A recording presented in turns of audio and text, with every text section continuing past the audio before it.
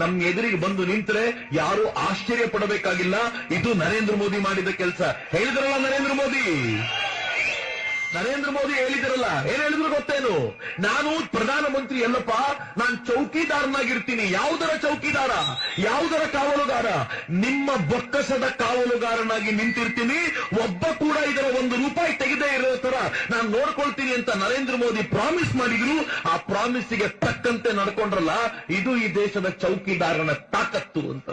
ನಾನ್ ನೋಡಿ ಎಲ್ಲಾ ಅಣ್ಣನ್ ಭಾಷಣಗಳಲ್ಲೂ ಓಳು ಓಳು ಬರೀ ಓಳು. ಅಣ್ಣ ಹೆಂಗ್ ಪುಂಗ್ ಈ ಮಾತನ್ನ ಭಕ್ತರಲ್ಲ ಅದ್ ಹೆಂಗ್ ಕೇಳಿದ್ರು ಅಂತ ನನ್ಗೆ ಹೆಂಗೆಂಗೋ ಆಶ್ಚರ್ಯ ಆಗ್ತಾ ಇದೆ. ಅಣ್ಣನ್ ಭಾಷಣಗಳೆಲ್ಲ ಫುಲ್ ಕೊಯ್ಯಾಮಿ. ನರೇಂದ್ರ ಮೋದಿ ನನಗೆ ಫೋನ್ ಮಾಡಿದ್ರು, 3 ಸಲ ಫೋನ್ ಮಾಡಿ ನನ್ನ ದೇಶದ ಜನರಿಗೆ ತುಂಬಾ ತೊಂದರೆ ಆಗ್ತಿದೆ, ಅನಗತ್ಯವಾಗಿ ಪ್ರೈಸ್ ರೈಸ್ ಮಾಡಬೇಡಿ, ನಮಗೆ ಕಂಟ್ರೋಲ್ಡ್ ಪ್ರೈಸ್ ಅಲ್ಲಿ ಕೊಡಿ ಅಂತ ನರೇಂದ್ರ ಮೋದಿ 3 ಬಾರಿ ಕೇಳಿದ್ರು.